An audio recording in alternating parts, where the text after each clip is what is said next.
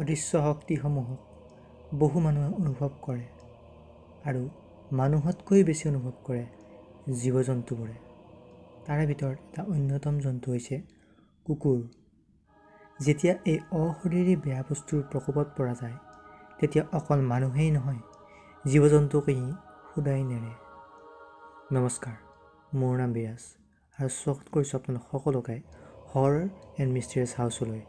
আৰু আপোনালোকে যদি মোৰ এই চেনেলটো এতিয়ালৈ ছাবস্ক্ৰাইব কৰা নাই তেনেহ'লে ছাবস্ক্ৰাইব কৰি বেল আইকনটো প্ৰেছ কৰি লওক, তেতিয়াহে মোৰ আগন্তুক হৰৰ আৰু মিষ্টেৰিয়াছ টপিকৰ ভিডিঅ'বোৰ পাই থাকিব। স্কটলেণ্ডৰ অভাৰটন নামৰ এখন ব্ৰিজ যি স্কটলেণ্ডৰ মিল্টন নামৰ গাঁও এখনত অৱস্থিত আছে। আৰু এই ব্ৰিজখনে কুকুৰবোৰক আকৰ্ষণ কৰে আত্মহত্যাৰ বাবে। 1859 চনত বনোৱা হৈছিল এই অভাৰটন ব্ৰিজখন আৰু 1950 চনৰ পৰা 1960 চনৰ ভিতৰত এই ব্ৰিজখনত প্ৰথমবাৰৰ বাবে কুকুৰৰ আত্মহত্যাৰ বাবে লক্ষ্য আহিছিল। কেইবাবছৰ আগতেই এই ব্ৰিজখনৰ পৰা 600 কুকুৰে জঁপিয়াই আত্মহত্যা কৰিবলৈ চেষ্টা কৰিছিল আৰু তাৰে 50টা কুকুৰৰ মৃত্যু হৈছিল। এনেবোৰ ঘটনাৰ বাবে বৰ্তমান ব্ৰিজখন চেতাৱনী ভৰা বৰ্ড এখন লগাই থোৱা হৈছে। তাৰে কিছুমান স্থানীয় মানুহৰ মতে কুকুৰবোৰৰ আত্মহত্যাৰ কাৰণ হোৱাইট লেডি অফ অৰ্টন নামৰ এটা প্ৰেতাত্মা। আকৌ কিছুমান মানুহৰ মতে কিছুমান অলৌকিক শক্তিয়ে কুকুৰবোৰক আত্মহত্যা কৰিবৰ বাবে বাধ্য কৰাইছিল।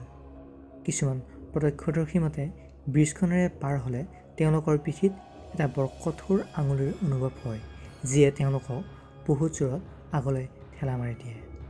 কিন্তু animal behaviour expert doctor David ষ্টেনছৰ মতে এইটো এটা সাধাৰণ কথা যে মানুহবোৰে যিদৰে দলঙৰ পৰা তললৈ চাবলৈ চেষ্টা কৰে ঠিক তেনেদৰে কুকুৰবোৰেও তললৈ চাবলৈ চেষ্টা কৰিছিল আৰু ইয়াৰ সম্ভাৱনা অধিক যে ব্ৰিজৰ পৰা কুকুৰবোৰে তললৈ চোৱাৰ যি ইচ্ছা সেই ইচ্ছাই সিহঁতৰ মৃত্যুৰ কাৰণ হৈছিলে।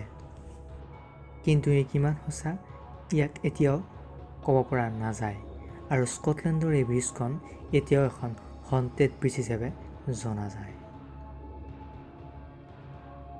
গতিকে বন্ধুসকল, এয়ে আছিল আজিৰ এখন স্কটলেণ্ডৰ হণ্টেড ব্ৰিজৰ কিছুমান সঁচা তথ্য য'ৰ পৰা কুকুৰে জঁপিয়াই আত্মহত্যা কৰে।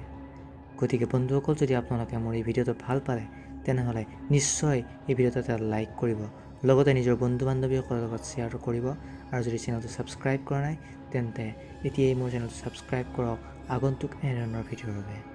গতিকে আকৌ লগ পাম এনেধৰণৰ এটা ভিডিঅ'ৰে, তেতিয়ালৈকে ধন্যবাদ।